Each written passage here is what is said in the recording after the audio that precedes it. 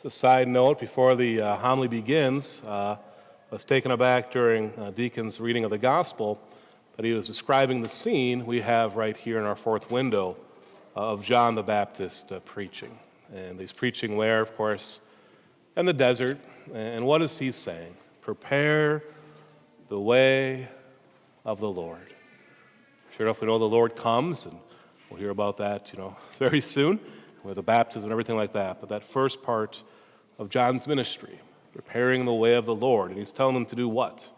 Make straight his paths, to make straight the path for the Lord, and not only into their heart, but into their whole life, and not just for the Israelites, as we heard in our first reading from Baruch as well, from the people from the east and the west, all the people coming for the Lord. And how beautiful that is. But even for ourselves as well, to realize we too need to prepare a way for the Lord into our heart, into our soul, and into our life.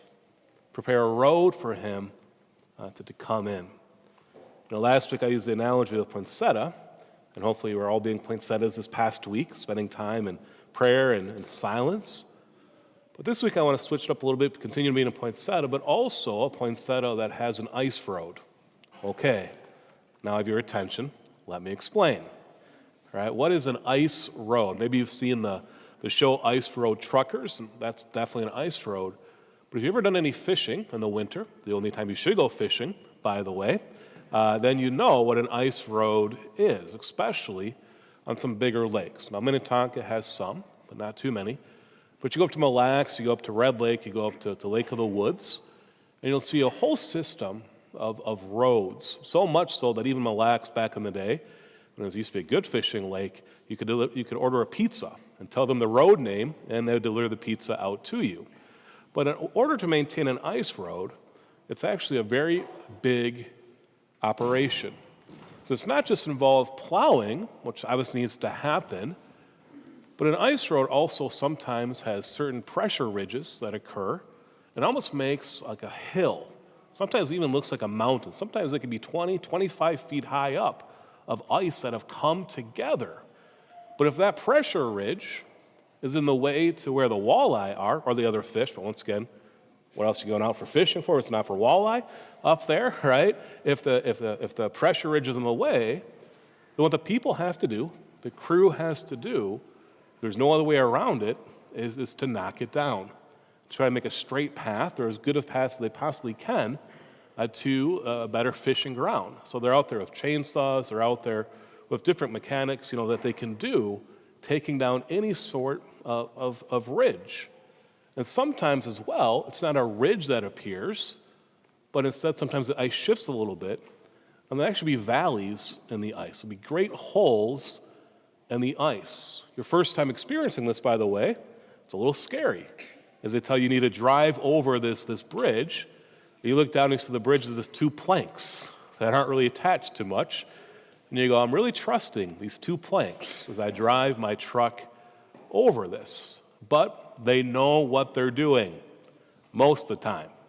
And once again, they fill this up. But once again, it's making this path so that you can get to, the fishing grounds. And I actually find it very peaceful to drive on these ice roads, especially if I trust the resort. Because I know that most resorts are vigilant, that they're out there checking the roads all day, all night long, and making sure that it's safe. Except for one time. And that one time was last year. I've been holding this as kind of a secret for the past year, but it's coming on the year anniversary, and I know my companion, Father Timothy Yanta, has not held it a secret. As a matter of fact, as soon as it happened, I'm pretty sure he called his brother John, who's back there, and I'm surprised the whole parish doesn't know about it yet, but I know Father Yanta's preached about it as well. See, last year, I decided after many years that it was time to purchase a permanent fish house.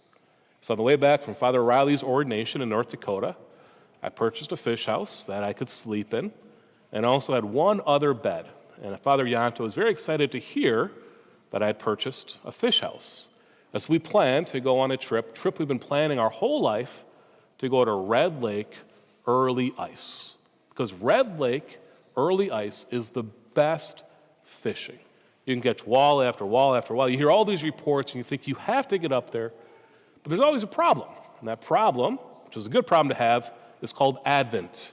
And that sometimes gets in the way of our fishing trips, which is proper. So last year we planned it out, how can we make sure that we're still around the parish for the most part, but maybe we take 2 days off of daily Mass. And so we went right after the Immaculate Conception that weekend. We're going to come back before my mom's birthday on December 16th, which is a very important day in the Carlson household. Anyways, we plan this trip and we start to plan to go up there, and the ice is forming, but it's not quite forming quick enough. So now we're a little worried. What are we going to do? Do we still go on this trip?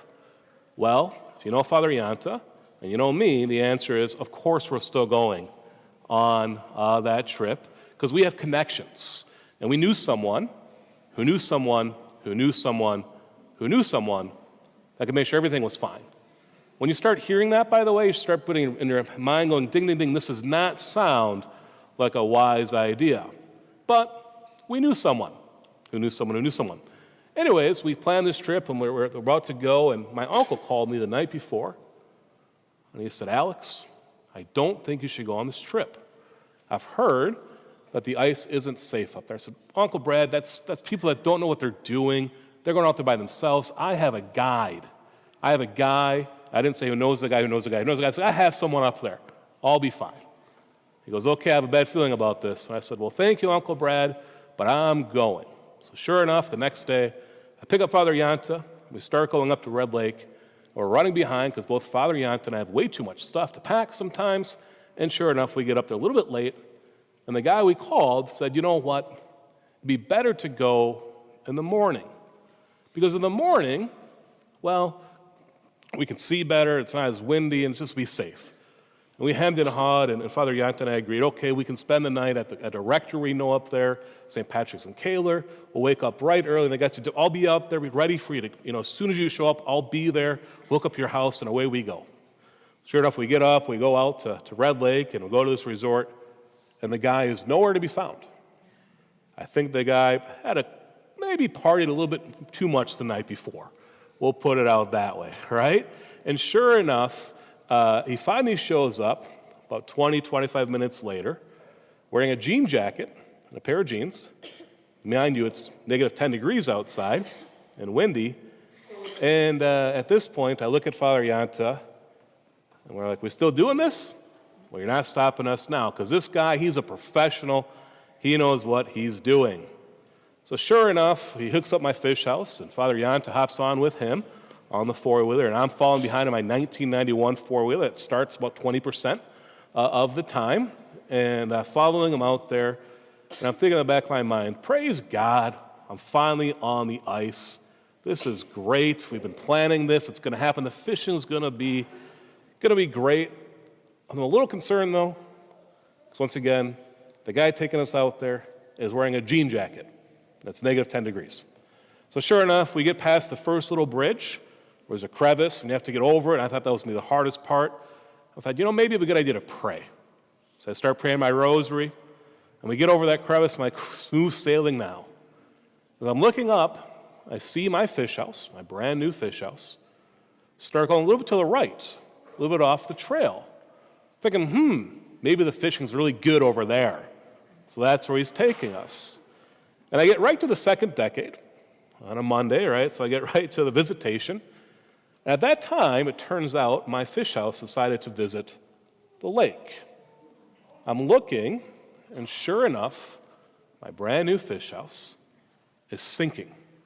The back tire going down this way and leaning, and out of the corner of my eye, I see a grown man, looks like Ralphie from the Christmas Story, running away from the four-wheeler, that'd be Father Yanta, as quick as he could. And I'm thinking in the back of my mind, maybe I should have listened to my uncle. And also, I realized at that time, my fish house just got baptized. And I didn't want it to be baptized in that way. Well, sure enough, as it started to sink, it got caught, praise God, on a little ridge, and it stopped.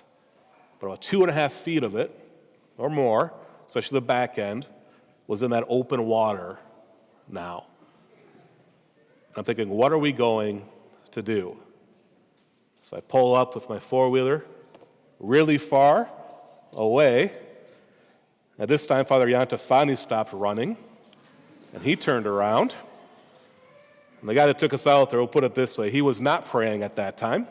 He was saying some other things maybe out of his mouth, and I realized I trusted someone that didn't know the lake. He wasn't a good guide. He might be a great guy.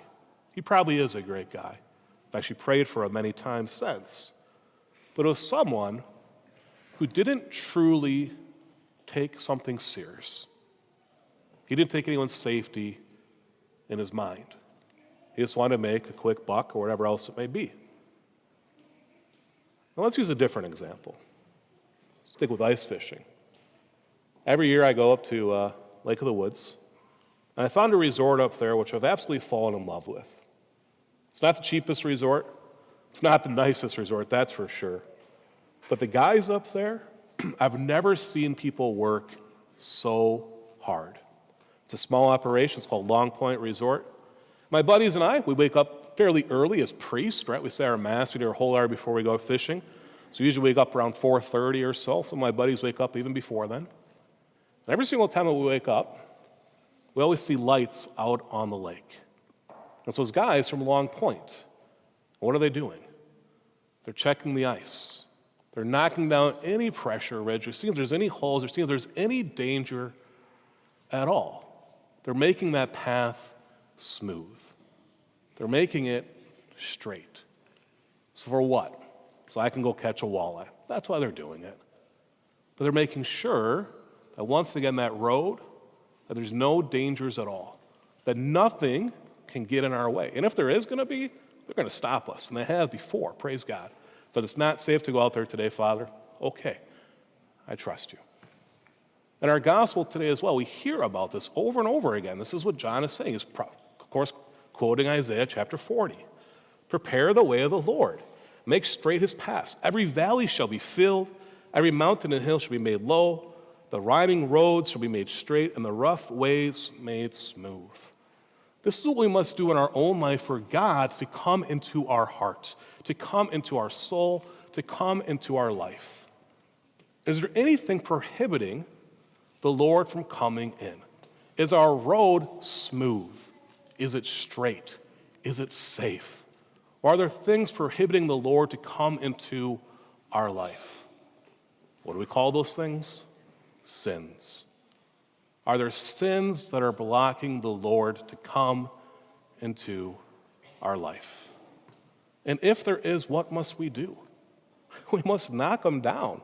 We must fill them in. We must make that road smooth for the Lord to come.